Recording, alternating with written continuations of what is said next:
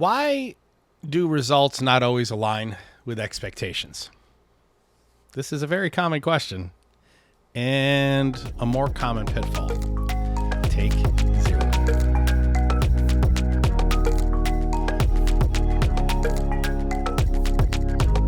All right, so one of the biggest challenges in Industry 4, now Industry 5, we're going to have to come up with some hybrid 4.5 maybe, is not the technology. The tech has never been the issue. It's hardly ever the issue. Picking the right tech is kind of important, but the tech is not the problem. The problem, one of the key problems, is getting the results to align with the expectations going in. And I have this conversation a lot. You know, so many of the lessons that I've taught, so many of the messages that I've put together, digital transformations, connect, collect, store, analyze, visualize, find patterns, report, solve. Digital transformation is the automation of business decisions. That's Industry 4. Industry 3 is the automation of industrial processes. Industry 5 is the convergence of human and artificial intelligence. It's all about making people better. It's not about replacing them. A lot of these messages, these framings, they are designed to create a cohesive message for an entire team to grasp onto, to refer to, when it feels like the team is going in different directions. And the question is, why does that happen? Okay. I'm going to walk through why and what it is I actually do. I answer this question a lot. How do I actually address these issues? Like when I'm organizing teams, right? So I've got my primer in front of me. This is essentially the primer that I send to a manufacturer that I start working with. Or if they're asking me to start working with them, I'll send them this primer. It's a little document I've put together. Let's start with the knowledge problem, okay? So before you ever get started in digital transformation, it's very important for you to know that you don't know what you don't know. The people who are least qualified to make key decisions, key timely decisions about digital transformation are typically the end user. They're generally the least qualified because in the very beginning, they don't know what they don't know. Remember, you're at the very beginning, post-technological revolution. You're at the bottom of the technology S-curve. You're going to spend some time in the beginning getting educated, no ROI. And then as you get smarter, ROI goes up, ROI, and then you just start unlocking the potential. And then you plateau at the top, and then next technological revolution, you take your step. You don't know what you don't know. That's the knowledge gap. What you want is a function of what you know. And you don't know much yet. You just know this is important, and maybe you have a couple of use cases. Maybe you got a couple of problems you want to fix. Maybe someone told you that digital transformation is the solution to your problem. Problem is, digital transformation is a strategy. It's not a solution. As the initiative runs, okay, so as you iterate, you learn a lot. You get smarter, okay? And what you want changes at your knowledge squared. Okay? And it doesn't just shift, it compounds. So what you thought you wanted at the beginning of the engagement when you defined, executives, when executives sign off on capital for a digital transformation initiative, they have 6-month, 12-month, 18-month, 24-month expectations. And they set those on day 0. They don't set them, they set them at day 0 when everyone doesn't know anything. And then between week 0 and 12, you go from not being able to walk, not being able to stand, to being able to walk briskly, to not being in pre-kindergarten to being in the 5th grade. That's how fast it is, collectively as a team. So if that new knowledge isn't harnessed under a cohesive strategy, everyone's expectations, that is the stakeholders, drift in different directions based on what each individual happens to learn and when. I'm going to say it one more time. If that new knowledge, if the knowledge that you gain as an organization isn't harnessed under a cohesive strategy, everyone's expectations are going to drift in different directions based on what each individual happens to learn and when. I'm going to hit pause right here before I move into how I handle this. I do this consulting thing. One of the things I talk about here is how do I address these issues? One of the things that I do is I work with manufacturers hire me or hire our team or hire one of the other architects, generally in a 12-month arrangement. And so for 12 months, once a month, I will meet with their core digital transformation team and then their executive leadership. And I generally do that in 1-hour meetings with each group back to back. And I generally do that. It starts out as a year. I'll do 12 sessions, 1 hour each, core group in the beginning, and then the executive leadership in the second hour. And it's all alignment stuff. It's strategy, it's alignment, it's key decisions, it's setting goals. I'm not part of the development. But I'm a resource. I'm a strategic advisor. Okay. But just recently, an organization that I do this with had one of their key IT people who was originally on board for the architecture, a unified namespace architecture open.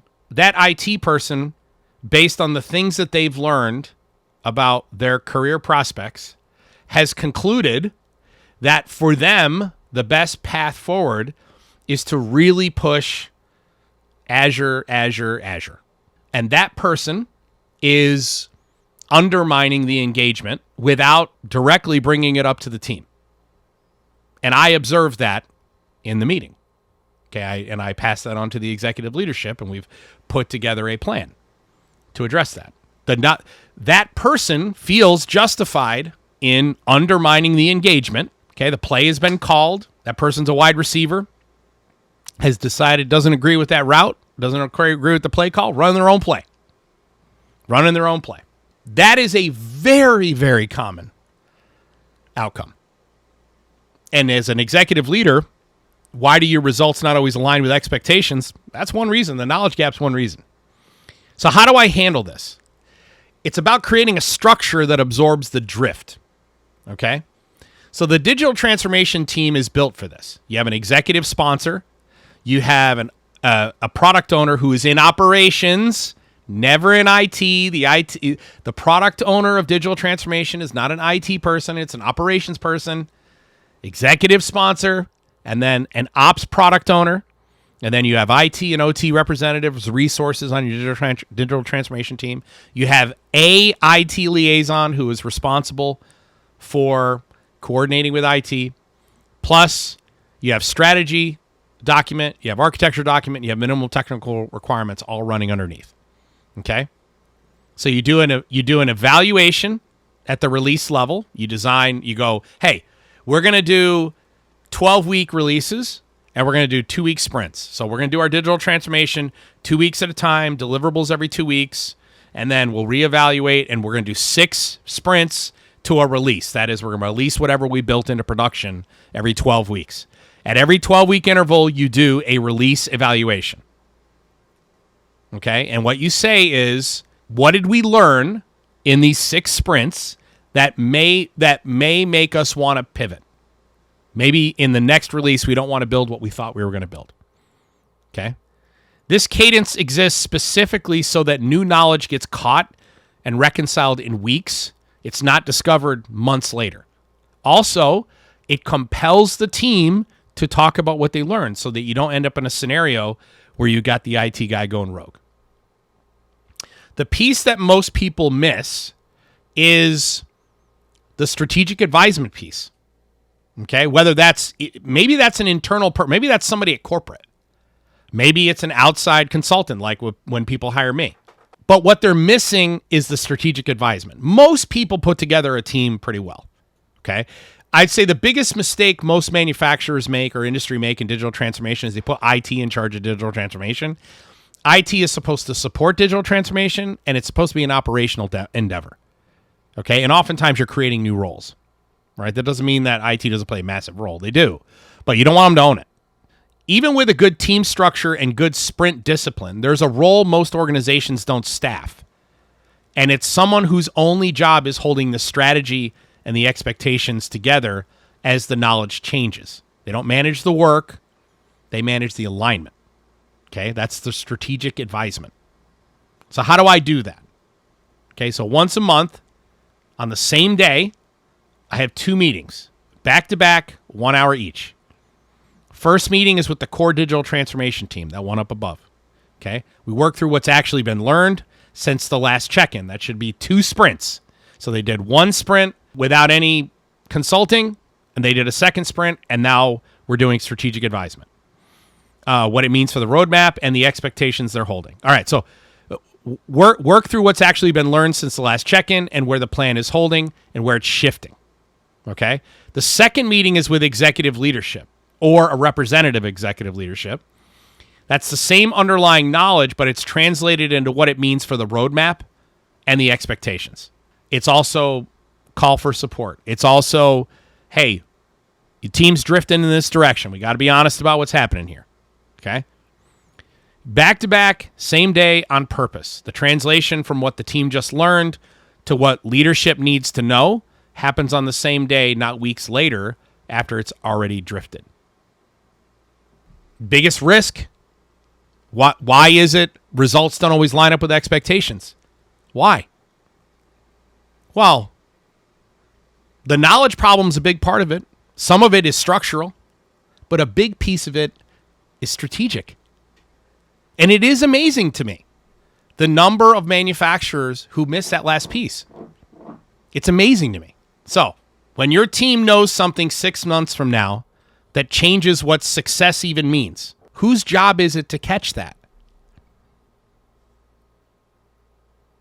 I'm asking you, manufacturer. Whose job is it to catch it?